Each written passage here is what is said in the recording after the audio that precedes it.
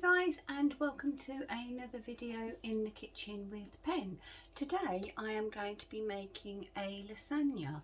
I'm going to be making the mince base in my Ninja 15-in-1. I've just put it on to start to sear and saute, just to start to get hot. Then I will show you every step along the way. So once that's hot, we'll be back. Now, so that I can get everything cooked, including the assembled lasagna, cooked in my Ninja 15-in-1, I'm doing something I have never done before, so I need you all to keep your fingers crossed for me that this will work. My lasagna will actually be cooked in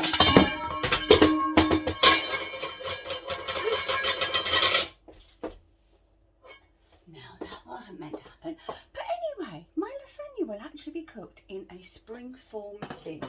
I have checked that it fits, and thankfully it does. So that's the vessel that will be holding my lasagna once it's assembled.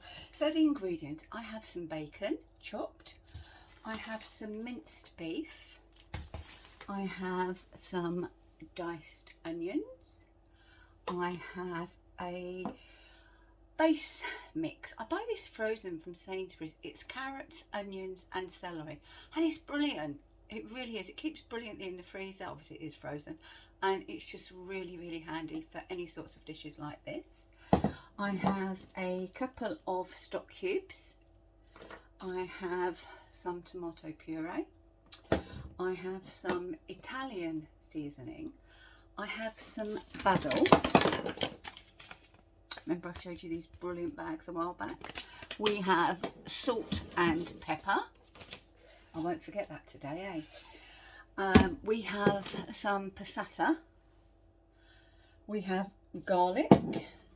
Nearly forgot that, garlic. And we have a tin of plum tomatoes. For the actual white sauce, I will be making a roux, and that is butter, flour, milk and cheese. So hopefully this is hot now. Let's go. So I am just going to dry fry my mince. I don't like to add any oil at this stage, and even though I am dry frying it, I will actually drain this off too once it's cooked. Now, because I've never made it in this dish before, I'm not sure how much to do, but I tell you what, I'm actually going to cook it all off, and if it doesn't get used in the lasagna, then it's a base for something else, isn't it? So that's in there. Oh, a bit of paper, don't really want that. Might add a bit more fibre. So what I'm going to do is I'm just going to brown this off, and you'll come back once it's done. Well then, that's the mince all browned off. Doesn't have to be coloured, just browned, and it's draining to release any more of the fat that will be in it. Normally I buy 5% fat mince. The other day I got that one and it was 12%. I bought it because it was on offer. So right now the pan is still on saute, and I'm going to pop in the onions. The onions? No, I'm not. I'm fibbing. I'm going to pop in the chopped bacon. This is an optional extra. I had some that I had chopped previously, so I'm just popping it in, and I'm going to saute that off. Once that's started to saute a little, I am going to go in with some onions. The bacon should release some fats, and that's what I will cook the onions in, but I will also just give it a spray of avocado oil. Now, it may seem counterproductive to be taking out oil to be adding more, but obviously avocado oil is far healthier than the oil or the fats from meat. Get a little glug of the avocado in, and we'll go in with the onions.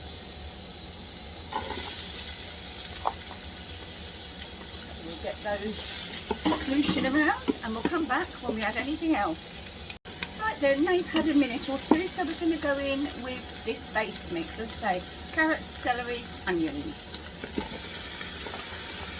2 reasons for using it. A, it tastes good, it will add to the flavour of whatever you're making, and B, it bulks out, so you don't need to use as much meat. So, and we all know that meat will be the most expensive thing on our shopping list. Okay, so I'm going to leave that doing that, and then with the garlic, little tip for you, if you don't have a garlic press, then you can just mince your garlic on a fine grater, and you could actually leave the skin on. You don't have to do anything. You just leave the skin on and grate. So in goes my garlic.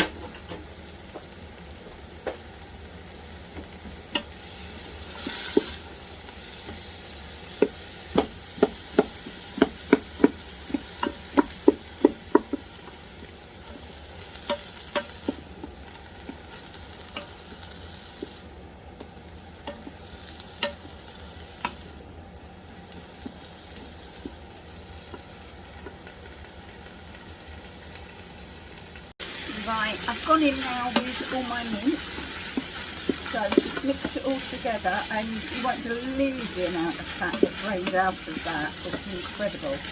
So now I want to season. So I'm going to add probably 2 or 3 teaspoons of the Italian seasoning.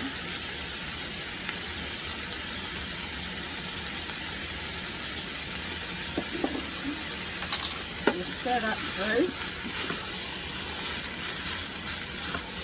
I'm going to crumble in the oxo cubes, and what I do, because I don't like getting oxo all over my hands, is I tend to try to crumble it up actually in the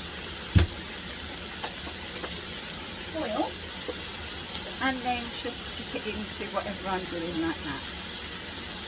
That way I don't get oxo all over my hands. Steve, however, would crumble it, and anything left on his hands he would eat. Now I'm going to add a little bit of the basil, the dried basil, and when adding dried herbs, add them at the beginning of the dish. If you're adding fresh, add them at the end of the dish. Otherwise you'll cook out all the smell, all the flavour, not the smell, all the flavour of the fresh herbs. So what we need now is we need some salt and pepper.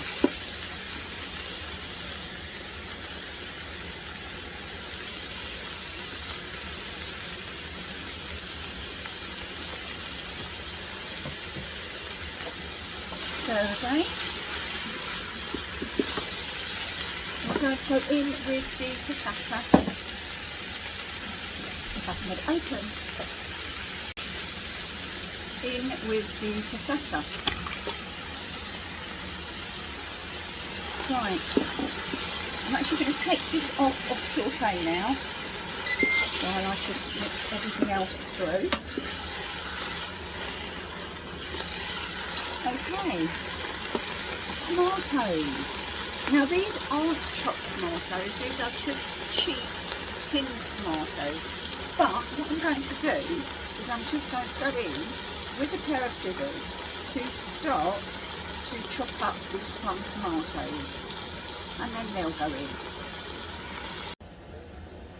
Right, I'm now going to go in with a good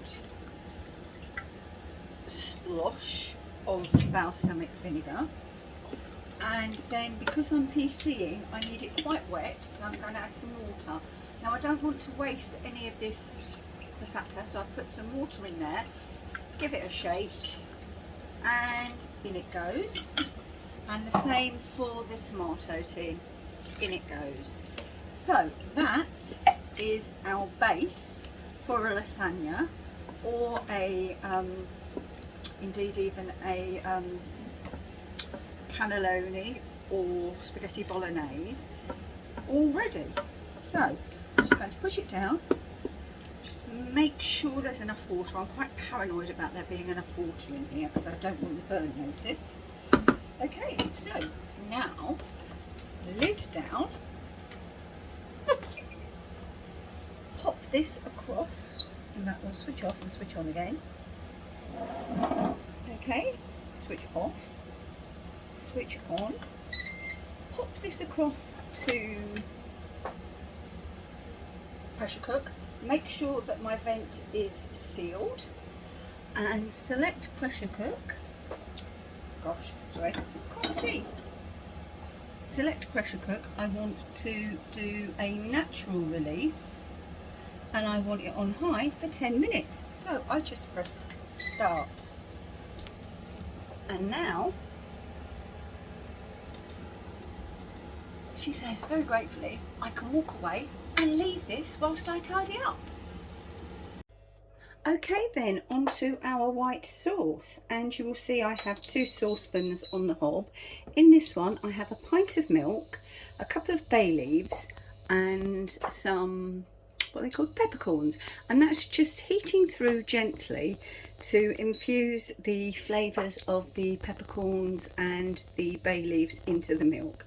And in this I have 2 tablespoons of butter, which I'm going to melt. Once the butter is melted, I'm going to go in with 2 tablespoons of plain flour. It's always equal amounts of flour to butter when making a roux. And I'm just going to mix this all together, grab a handle. And what we want to do is we want to cook this out for a few minutes, because if we don't, we'll get a very floury tasting sauce. So we're going to cook it out for a couple of minutes before we start adding any milk. Now that's been a couple of minutes. I have strained the milk through a sieve, so all I have in here is the warmed milk, and I'm just going to gradually add this to the butter and flour mix. It may look a bit lumpy at first, and you may think you're never going to get rid of the lumps, but trust me, keep whisking and the lumps will disappear.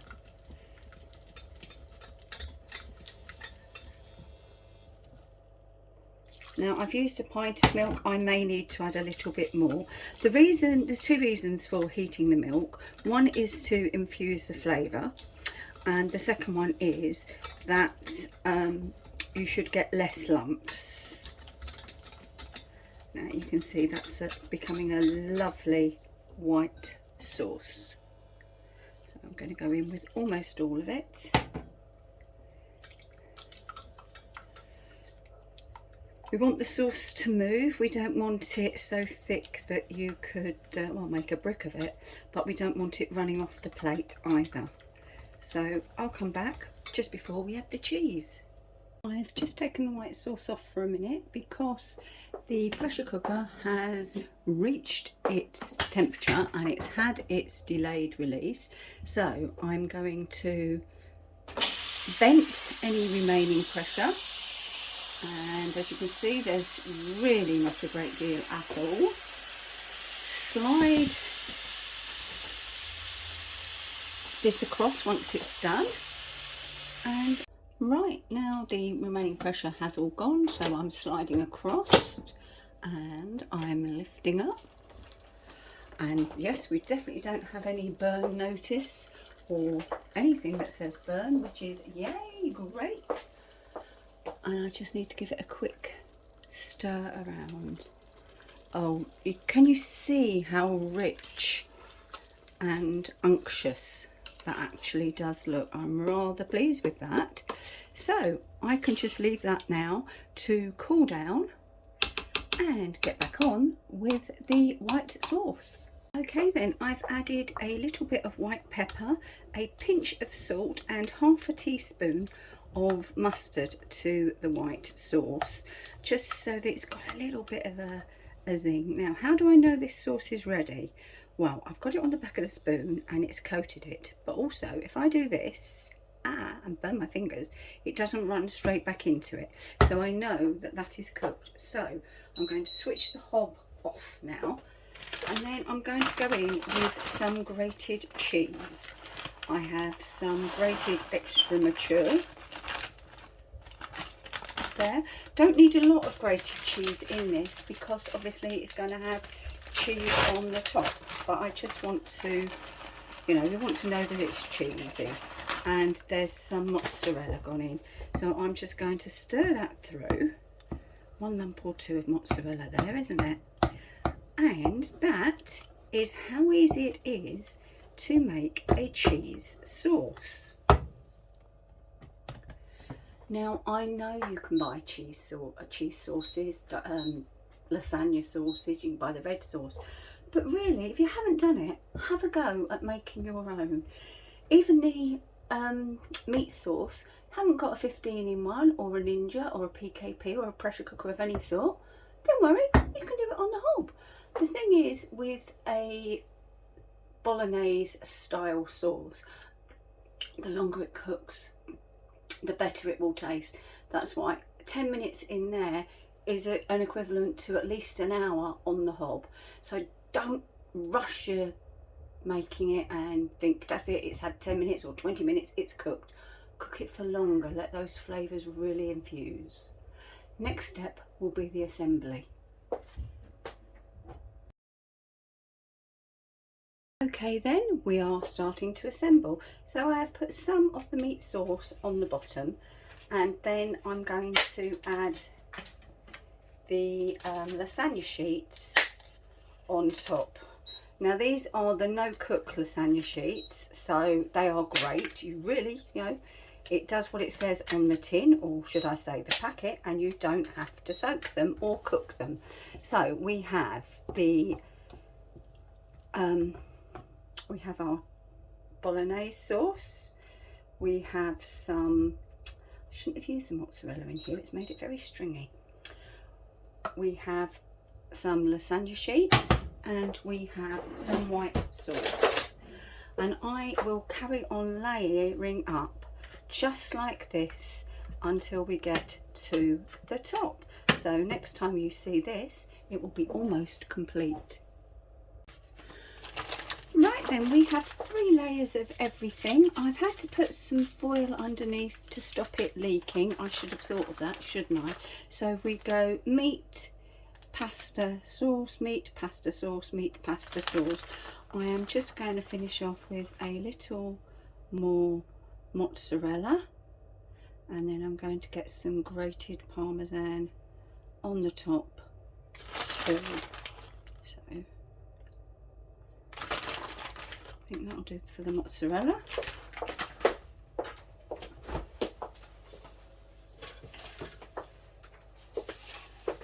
And now some parmesan, and that will then sit overnight, because we're not having it tonight, actually we're having it tomorrow.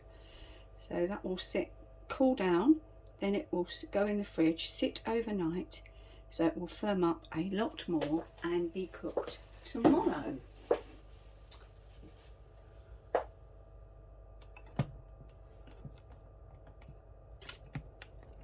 And tomorrow you will see the finished dish. But for now, I just want to say thank you for bearing with me for a very long video, but thanks very much, and we'll see the finished outcome tomorrow. Bye bye.